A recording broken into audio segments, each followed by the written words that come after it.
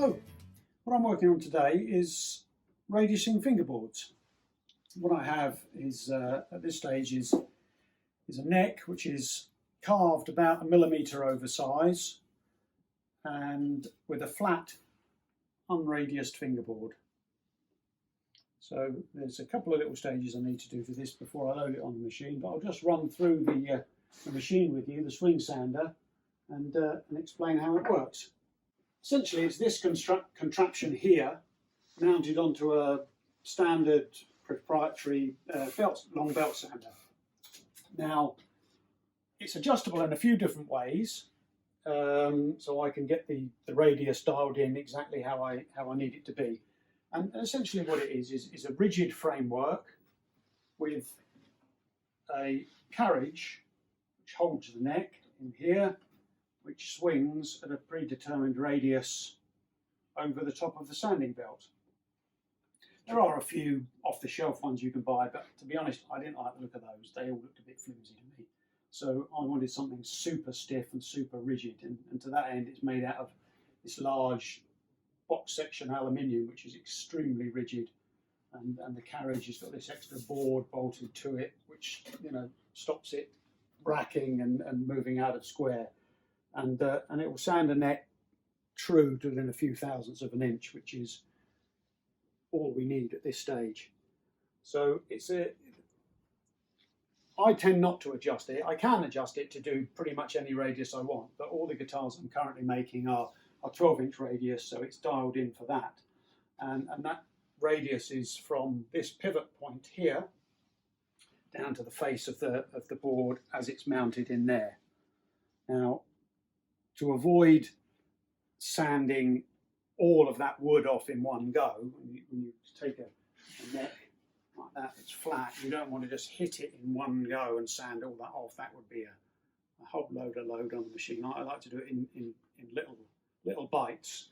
So to that end, that pivot point is adjustable up and down via these two screws, and that pivot point can move up and down within the slot, but the radius at which it's turning, which it's rotating, is always 12 inches, but the height of that radius above the belt is adjustable. So I can then also tweak it slightly end to end. If I want the binding edge to be nice and straight, I can slightly taper the board by doing that, and it allows me to just feed it down gradually. So the neck mounts into this carriage on the bottom, and I'll make a few adjustments to that neck just to get it ready to go, and I'll show you how it mounts in, and we'll get to getting it done. Before I mount this in the swing sander and radius the board, I like to put a little bit of tension on the truss rod just to pull the neck into a little bit of a back bow. That way I can take a little bit of material out of the middle of the neck, which will give me a little bit of extra adjustability, essentially a bit of two-way adjustability with a single acting rod as we've got in this one. So I'll do that now. I'll just put so this is with no tension on the rod, and that is pretty much exactly straight. It's as straight as the straight edge is anyway, so that's good. So I'll just put, right, that's just taking up the slack in the truss rod.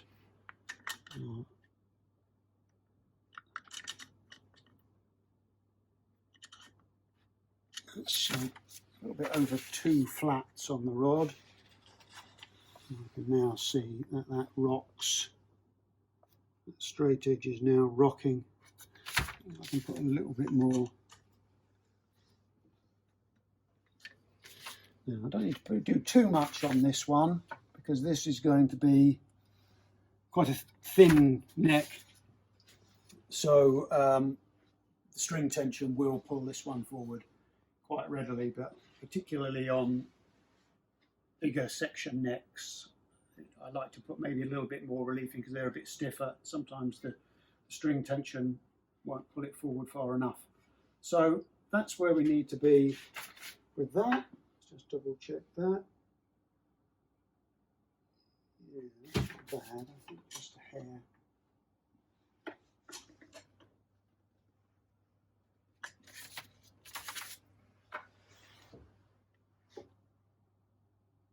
Good. I'm good with that. That's it. Right. Let's pop it in the jig and get going.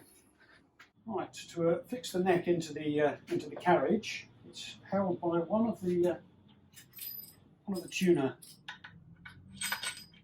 tuner holes onto this little piece here, which is adjustable up and down and hinges there, and that's a nice stiff hinge with very little play in it. So that just goes on there, and it's located not so much by that, more by these two pegs here, these two pieces of dowel, which are drilled off centre, so I can adjust them in and out. And I've over time dialed that in, so it perfectly centres the neck in line with the pivot, so you get the radius right in the middle of the neck, which is what we want. So that's that, just loosely held at that end. So now we come to this end. So at this end, it's located centralised by a couple of shims, one either side of the heel, like that, and they keep it located side to side. And then to stop it flopping about and falling out, there's a little contraption here, which is a little bit of a fiddle. Like that, there's a block and a bolt, that, and a spanner, and that.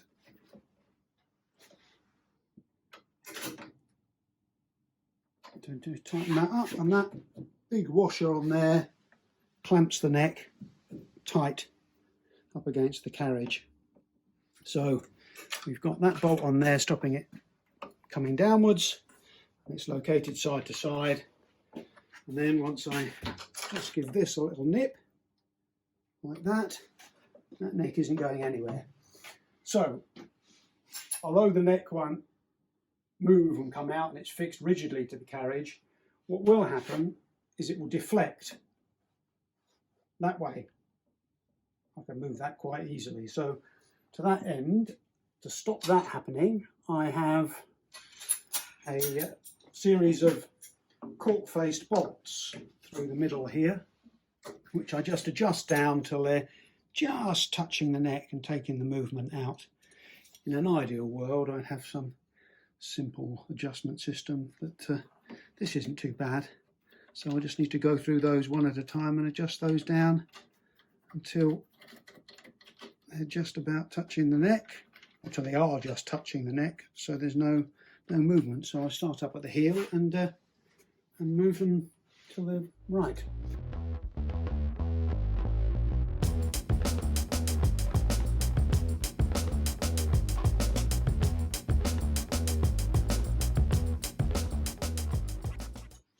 Right, so I've adjusted those bolts, so now when I push on this, there's no deflection at all in the neck, so it's held completely rigidly, both ends, it can't deflect, so we're ready to start sanding, almost.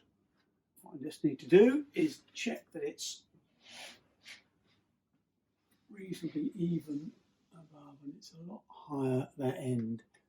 So what I do is, I don't need to be 100% at this point.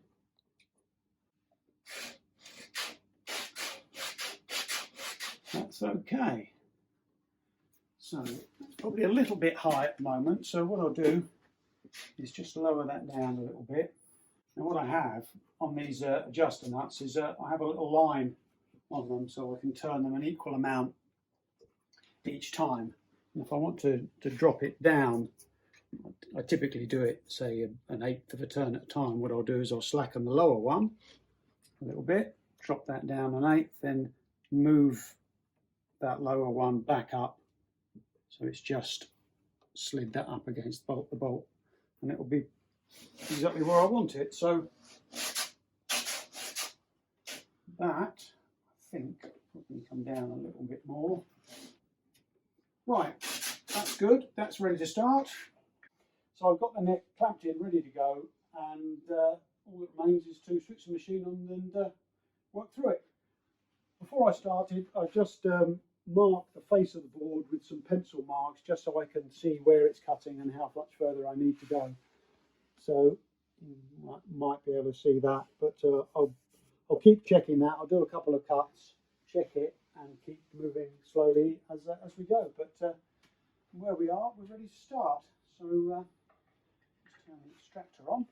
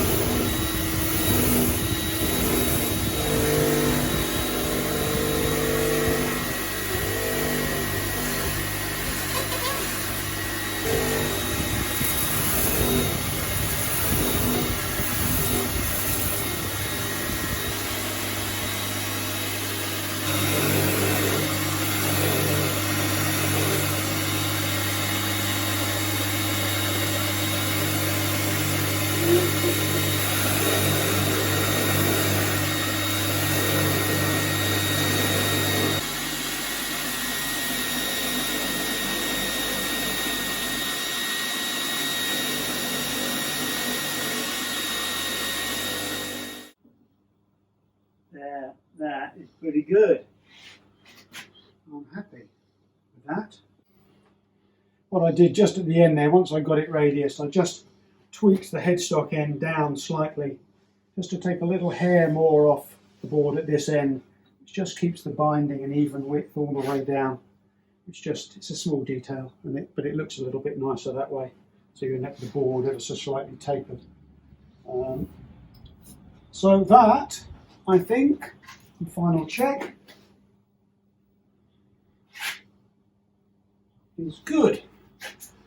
Now, we'll take it out and inspect our work.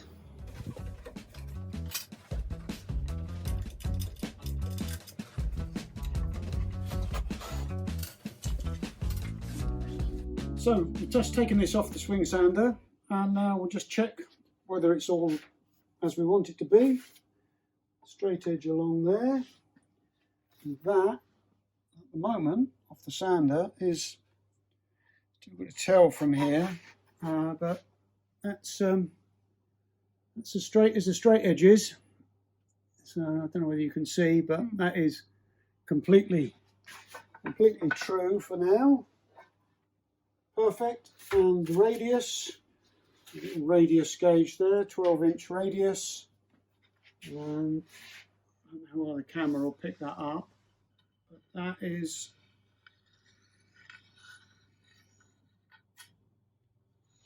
perfect all the way along. So that is pretty much as good as it needs to be. It will get a final true up because the sandpaper on the sander is very coarse, so the board is a bit rough at the moment. So that will get a final clean up, and that will be done after the next stage, which is to final shape the neck. So I've got a reference face here. I know exactly how thick the neck needs to be, so I can take the neck down to final dimensions, final profile, and then there'll just be a final few thousandths of an inch to come off there when it's finally sanded and ready to go, and then we'll be ready to put some frets in it. So got one more to do, and we'll crack on with that. Thank you for watching.